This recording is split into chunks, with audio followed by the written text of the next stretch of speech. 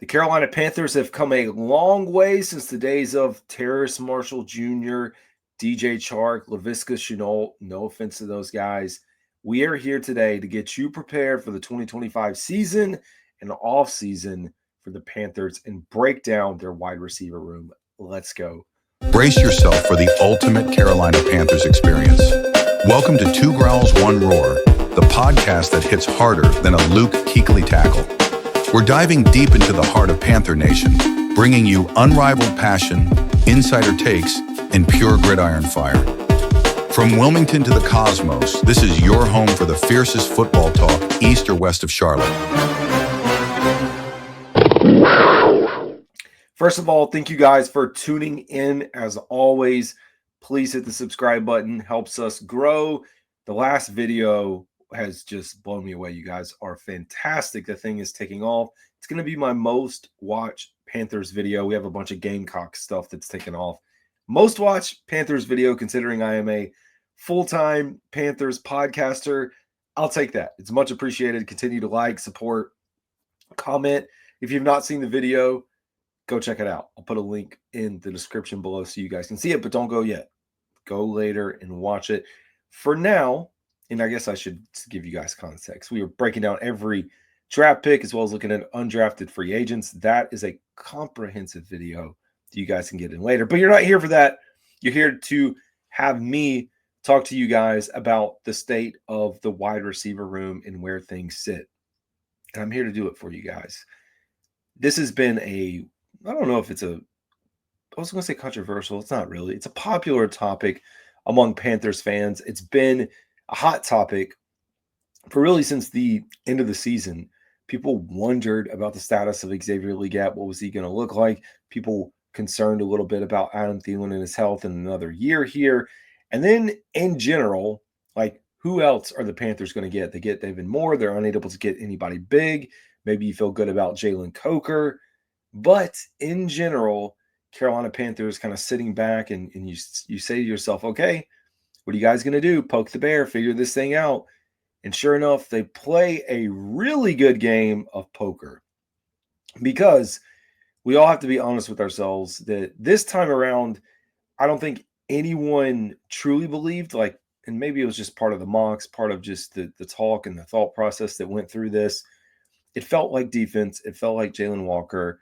But the Carolina Panthers kick the NFL draft off with the selection of Tetairoa McMillan, T-Mac, as you guys may know, as he's officially said. And here we are. So we land on this. They also go out and draft Jimmy Horn Jr. We're going to talk about him in just a little bit as well. And then the newest addition, of course, Hunter Renfrow, looking to make a comeback in the NFL. So, folks, let's jump in and break this thing down. As always, guys, in the episodes that I can do this, I love to put together visuals and slides. It helps me. Hopefully you guys enjoy it. I can't do it every episode. So if you are someone that's a fan of the show and you enjoy that, just know you're going to get some episodes on this channel where we deviate. And I just like to come on and talk, because sometimes it's just important to talk, get out my opinions and thoughts on the state of the Carolina Panthers in an earlier time frame. But anyways, all right, let's get right into this. As we said, Panthers wide receiver room breakdown. Quite a few folks on this team, lots of new faces, some rookies, some undrafted free agents, and again, the addition of Hunter Renfrow. So the Panthers agreed to terms with Hunter Renfrow. Sounds like it's a one-year contract. He's listed at 5'10", 185. It's officially official. So this news comes in late yesterday. I was going to try to get a video put out for you guys, but I was like, I need to do a little bit more fuck this episode. I need to put some more material together. And so that's exactly what we did. We went out and I was like, well, I just don't want to talk about a depth chart. I don't want to talk about where things stack up. I want to take a step back and look at everything that we know so far. And that's exactly what we're doing. Now, one caveat to this entire process is Carolina Panthers have brought on a significant amount of undrafted free agents. It may be hovering around 17 or 18. My math may be wrong. Either way, they're bringing on a decent batch of undrafted free agents. And I want you to remember that over the next day or two, there could be some guys that we talk through today that are cut. So may not spend as much time on guys that I personally think may not be here. And I'll call it out. We'll kind of talk through what that'll look like because we're evaluating the entire room. We're going to get into projections on positions, where they're going to fit. And then, of course, I think the biggest question is how many are going to be on the active roster? 5 for sure, with the possibility of 6. It's hard to imagine 7, although it's not impossible. But you have to bring a lot of value if you are that 6th or 7th wide receiver and really be able to contribute on the special teams side of the ball. So, as we said, lots of wide receivers on deck. You can see here pictured the newest addition, Tetairoa McMillan out of the University of Arizona. But we're going to break it down. And again, folks, on the podcast, you guys can't see this, but I will read through it. Sometimes I realize I do a bad job talking through the visuals that I put through on the show for guys that and girls that are just audio listeners. So I'm going to try to do a better job of that. On this graphic we have in front of us, we have every wide receiver, the projected undrafted free agents that'll be here, how they came about on the team, current numbers, not that you care, their age, and let's see, what else did we have on here? The college they went to, years of experience, and a little bit of just like a general note on the player. So anyways, and we are going to get into stats in a little bit, but for right now, Dan Chisena, saw him a little bit at the end of last year. Right now, number 88. He was, oh no, I had to fix this. I thought it was a different one later. Anyways, a little bit older, believe it or not, 28 years old, out of Penn State, 5 years of experience, re-signed in early part of this year. So he's one of these, I think he'll hang around for the practice squad potentially, but hard to know where it's officially going to shake out. Jalen Coker, and we're going to talk about guys that I think are locks, guys that I think are on the bubble. I do consider, spoiler alert, Jalen Coker to be on the bubble. Number 18, undrafted free agent last year, only 23 years old, played at Holy Cross. This is his second year in the NFL. He was a key addition. You wonder what this team could have or would have been without him or where they would be now. He's a very valuable pickup. And right below him, why not pair him with what could be this year's Jalen Coker, and maybe not to that extent, but Jacoby George. And number 2 be determined, but biggest signing, at least for the wide receiver position, as an undrafted free agent for this class. He's a rookie, played at Miami. And again, yeah, as you're looking at this group of undrafted free agent guys, he's one that I would put on your list as we get through and see how this thing pans out. Jimmy Horn Jr., round 6 of the 25 draft this past year, of course. He's a rookie, played at Colorado, and drafted at pick 208. Really gonna, when we start stacking these guys, you're gonna see that the slot position may be a little bit overcrowded. I think Jimmy Horn could potentially be in the slot. He could be used in a lot of motions if you want to utilize him correctly, and getting him out in space. Definitely a speedy wide receiver, as we've heard him talk about as well. Kobe Hudson out of UCF, University of Central Florida. He is another undrafted free agent in this year's class, coming over as a rookie. Not too much to say about him, personally, from my side. Xavier Legette, number 17, first-round pick in the 2024 NFL Draft. He's 24 years old, played at South Carolina. It's his second year. And, yeah, we know he was picked in the first round. Battled some injuries, battled some drops, battled some jump balls. I had a whole video idea set aside to take a look. One of the things I haven't been able to do is go through film as much as I'd like. I go through it, but be able to post and show you guys. So I'm trying to figure out a way that I can do that and still be able to monetize on here. But anyways, I've been watching a lot of his film. He does have an issue tracking the ball. And, I mean, you hear about everyone telling him to get on the jugs machine. I really hope he takes a little bit of that Tommy Tremble, Chuba Hubbard juice and does hit it, because he needs it, and it's okay. then he can grow and excel. What do you know? He can excel his way forward. I am not one of those that's going to write him off, and I don't think bringing in Tetairoa McMillan is, pushing him out. They're different skill sets, and I think if anything, it alleviates the pressure on Xavier. I think it just gives him a chance to not have to be the number one, not have to be the polished route runner, not have to be the number one target every time, and hopefully as a number two viable option, like we'll start to see him cook a little bit more. TJ Luther, next wide receiver on our list, had number 15 last year. Veteran, 24 years. It says vet, not really. He played with, or was associated with San Francisco in 24, 49ers. He made his way over here. Went to Gardner-Webb, which is nice for those of us around here in the state of North Carolina, and signed a futures deal with the Panthers in 25. Just talked a lot about Tetairoa McMillan. Confirmed he's going to wear number 4 if you're a jersey guy, and I think those jerseys are out, going on the market or on sale. Round 1 selection this year, pick 88. He's only 22, pick 8, not 88, 22 years old. Out of Arizona, rookie, a lot of expectations, and I think he's going to live up to the hype. And I just watched his interview with Anish Shroff. He talks very highly of Bryce Young. And it's not just like for this year, just across the board when they played against each other in high school. I guess Bryce Young and co blew them out. But he talks about Bryce Young being a winner at every level. And I'm excited for this connection, man. We heard about them throwing just for a day, even though it was a day, being able to throw with each other. And that's part of the reason it sounds like that Bryce Young was so adamant. And I'm curious to how adamant Bryce Young was, because he's a pretty shy and reserved guy. I know he's kind of got his own little personality, but I wonder how hard he was in there. Like he was kind of joking, like, "Hey, you guys, I went and threw ball with this Tetairoa McMillan guy. You should check him out." Or if he was very serious, like, "Hey, guys, I want to, bring an idea to you.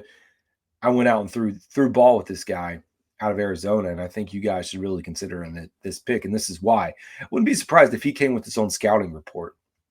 Knowing who Bryce Young is, a person off the field and film room, and how he does, I would not be surprised one bit. So that is going to be a nice addition to the wide receiver room heading into this year.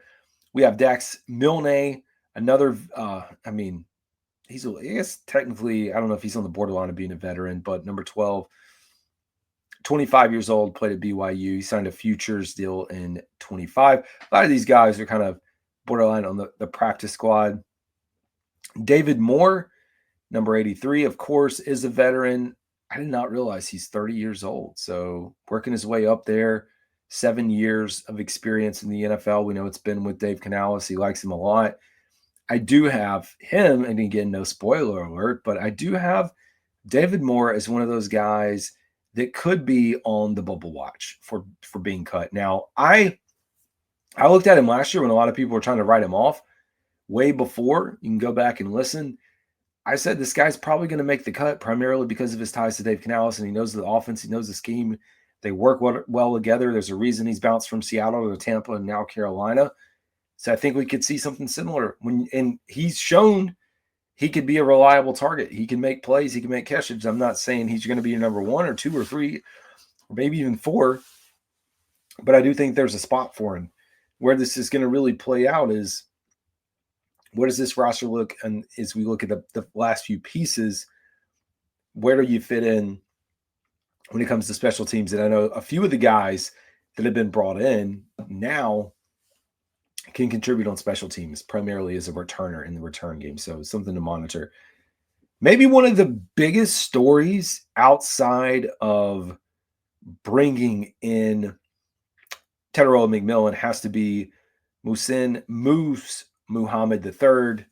Yes, son of the great Muhsin Muhammad for the Carolina Panthers. And I got to catch a glimpse of Muhsin Muhammad talking about this on the Kyle Bailey Club show this afternoon.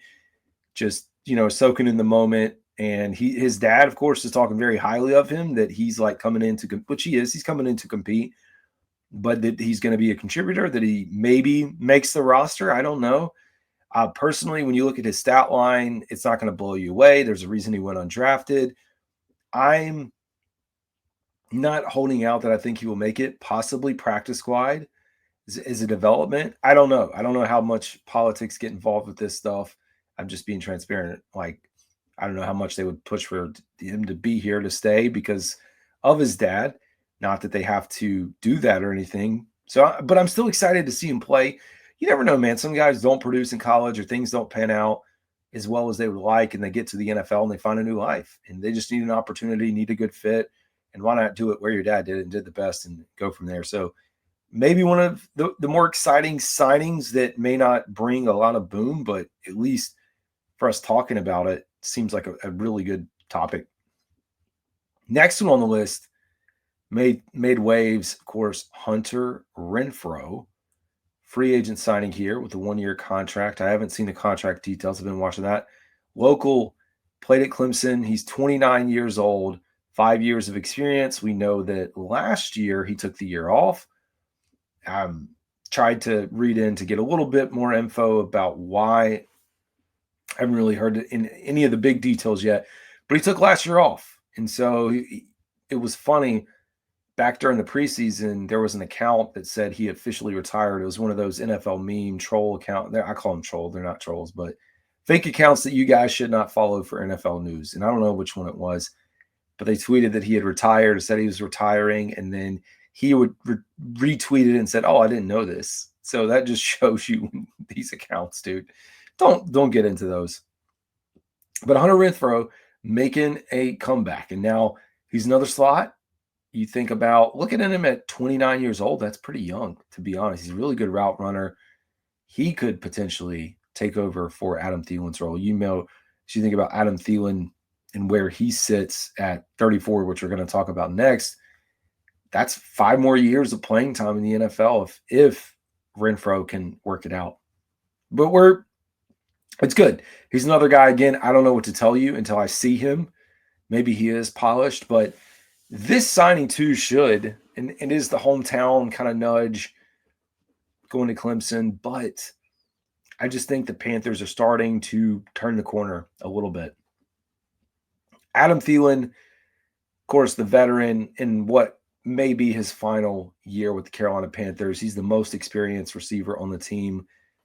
Folks may not want to talk about it yet, but I do think when you look at him and his career coming from the smaller school of Minnesota State, man, you know, you got to talk about Hall of Fame with him. It's going to take a few years, but his production, his career itself, man, I think it may take a while to get there, but I do think he may be considered, which is cool, knowing that he came through here.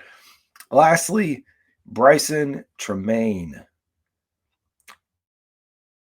25 years old, played at Stanford, only 1 year of experience, signed a futures deal as well. So Carolina Panthers getting busy.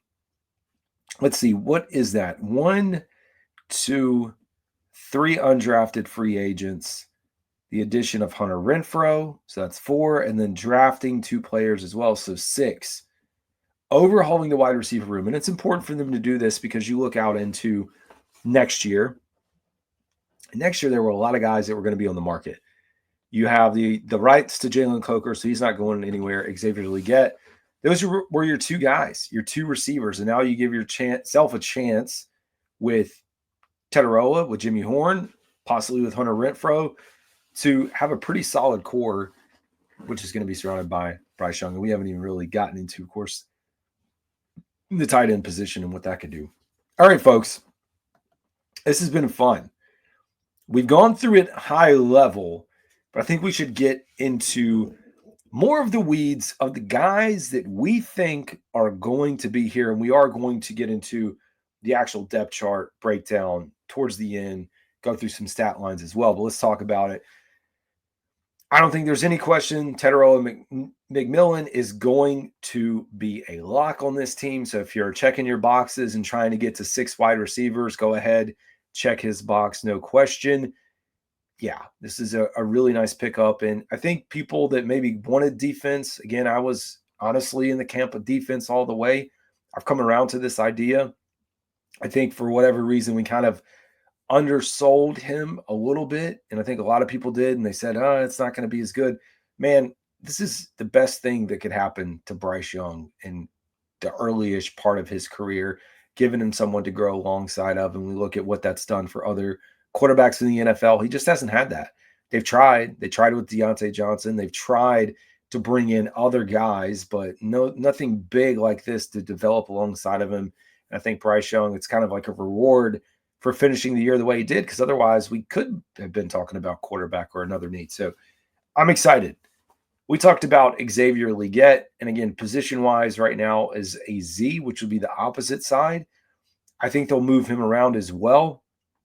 I just think out wide is where he probably would be primarily playing. Maybe you get him in the backfield a little bit. I'm not one of those that likes to make every receiver a Debo model, but it's a possibility. It is a big year. And now when you talk about these additional receivers in the room, spreading the ball around, hard to peg our projections right now because we really got to be thinking about 4,000 passing yards-ish.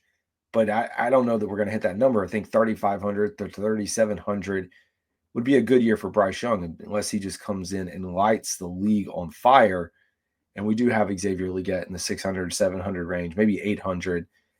Whatever it is, I think a threshold for him should be 6, working his way up.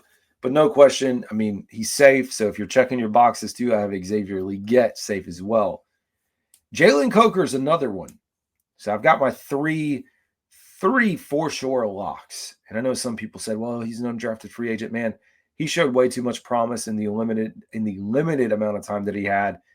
They have the rights to him. It would be stupid, in my opinion, to move on from a guy this young who's shown that much promise. You just don't get a lot of value out of that. He played a lot in the slot, especially when Adam Thielen was out. He also played out wide. So I think we could still see a variety. I mean, I'm glad I'm not Dave Canales, and I'm not the one who has to figure out the scheme and the philosophy to fit around all these guys, but it should be good and exciting. Adam Thielen. Now, some folks are wanting to ship him away. They said, oh, we should put him on the trade block, considering we got Hunter Renfrow. You look at Horn, who was brought in. I'm not ready to do it yet. And I shouldn't say yet, at all. The Panthers invested their money in Adam Thielen. They gave him a nice little pay bump. He got some extra money for his hard work, and we've seen what he's done when he's successful. I want the Panthers to keep him. Just let him retire. Retire a Panther, or at least here, ride off into whatever the sunset is. I don't think it's Super Bowl, but ride off into some, nice home here in Charlotte. So I'm not one of those that wants to pass him away. And to be honest, I mean, you'd be getting maybe a 7th or 6th round pick in exchange for Adam Thielen at this point, which isn't worth it. Let's just keep him. Bryce Young loves him. They developed a really good connection, and I think he should stay, hands down. All right. We have Jimmy Horn Jr., and now we kind of get into this phase. So that was 4. We get into the phase where we're starting to talk a little special teams. How do they fit into special teams? What can they do here? What can they do there? Right now, I think Jimmy Horn again in the slot as a gadget. And of course, where he may be most valuable is in the return game, whether it is the punt return or if they throw him back on kick return. But I do think his niche to make the roster is going to have to do with special teams in the return game to some extent. He's got a lot of speed. The Panthers need that. They need that speedy pick, and got him in the 6th round. I think he was the 3rd wide receiver out of Colorado that was selected when you count Travis Hunter. So good mixture there. And it's early to throw out any projections for me as far as stat lines or things that I think for Jimmy Horn and where he'll land. But either way, I'm excited to see him as we get into camp, although we're not going to really get to see him, which is unfortunate because everything's shut off. Now, the back of the roster, David Moore, trying to find a landing spot for him. Again, he's more of a rotational, where do you need me, coach? X, Z. Do you need him in the slot? Honestly, he's kind of your utility wide receiver, in my opinion. Now, as we've added these additional folks, it has put pressure on his roster position, in my opinion. And so I'm anxious to see how he plays out. Bryce Young has built a little bit of rapport with him. Does that impact this or not? I don't know. But I do think as we start, and we'll get into the final projections here, at least way too early projections, I think he has to be one of those ones that we watch as we get close to the bubble. And primarily because we throw Hunter Renfrow in the mix. These are my bigs. I think that's seven wide receivers. So odds are, unless there's a miracle, one of those guys is probably not going to make it. Unless we keep 7, it's a possibility. I think the Panthers are going to sit with 6. So Hunter Renfrow, where is he going to fit in? We know he is a slot. That's where he plays, is in the slot. Like, I don't think he's Adam Thielen 2.0, but there are pieces of his game with his route running. You could potentially move him to the Z. You can move him around in motion. So Panthers are going to put themselves in a bind. They wanted this competition. They preached about it, and they're finally going to get it. So as a Panthers fan, you have to feel good, I think, about this year. And I'm not talking about wins and losses. I'm talking about just heading into this year, what the team is doing compared to what they have done in years past. So those are what, your 7-ish? Yeah, it gets crowded, folks. You can tell right here. This is why it gets crowded. You throw in Dan Chisena, like we said, Dax Milne. Some of these guys, again, they've already got the NFL experience fighting for roster spots. TJ Luther, Bryson Tremaine, Jacoby George, Kobe Hudson. Again, you're looking at on the right-hand side, if you're watching this, your undrafted free agents, and Muhsin Moose Muhammad III. Lots of players and lots of limited availability as far as roster spots for these guys. So let's look at the stat lines again from the previous year. We'll take a look at a few of the stat lines from the guys in college, and we'll get you out of here with our final breakdown. So player stats, we know Adam Thielen, solid season, a little over 600 yards, 5 touchdowns, only played in 10 games, was the leading receiver for the Carolina Panthers. Xavier Legette, almost 500 yards, 4 touchdowns. Jalen Coker right on the cusp of 500 yards with about 478. David Moore with 351 yards. Hunter Renfrow, we know, didn't play. Got a bunch of rookies on this list if you're looking. And then Dan Chisena, 3 for 37. So as far as production, this was it. It was Adam Thielen, Xavier Legette, Jalen Coker, David Moore. I mean, that was it. That was your primary production. And we know Deontay Johnson when he was here. This is not including the little bit of production, small, decent amount that we got from the tight end room. But you get the picture. Career-wise, of course, leading the charge by a mile is Adam Thielen, and then Hunter Renfrow is probably the second closest behind him. So, yeah, there was a lot of work that was needed to do. And, folks, this is way too early. It's the way too early wide receiver depth chart that you guys maybe have an opinion on. I'd love to know what you guys have to say. Drop it in the comment. You can comment on Spotify, comment on YouTube. I'd love to know what you guys think. So here we go, folks. Before we officially reveal this, let's take a look at players again. I slotted them into the closest position that I could find. It may not be 100%, but as close as we could get. So your X, number 1, Tetairoa McMillan. Really hard to know who is going to be his backup. It could be, like we said, David Moore.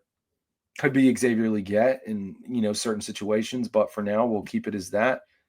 So we have Jacoby George, Dan Chisena, Bryce Tremaine. Xavier Legette is your Z, but again, maybe that's interchanged, and it's Jalen Coker. David Moore for right now, and TJ Luther.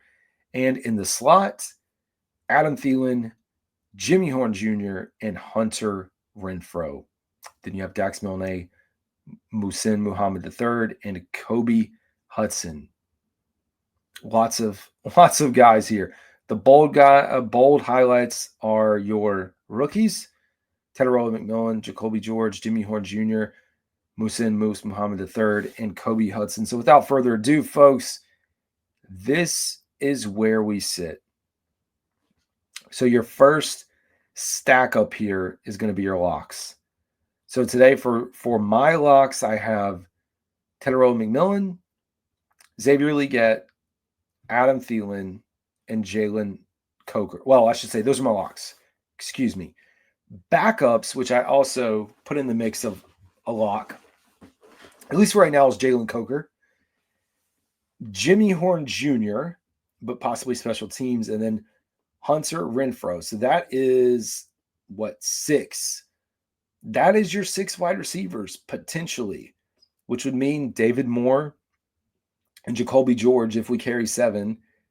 And you probably put Hunter Renfrow in this mix. And like, to be honest, I'd put Horn Jr., Hunter Renfrow, David Moore, Jacoby George in this bucket, potentially fighting for your 5th and 6th spot should we carry 6 wide receivers and don't take the 7 in there.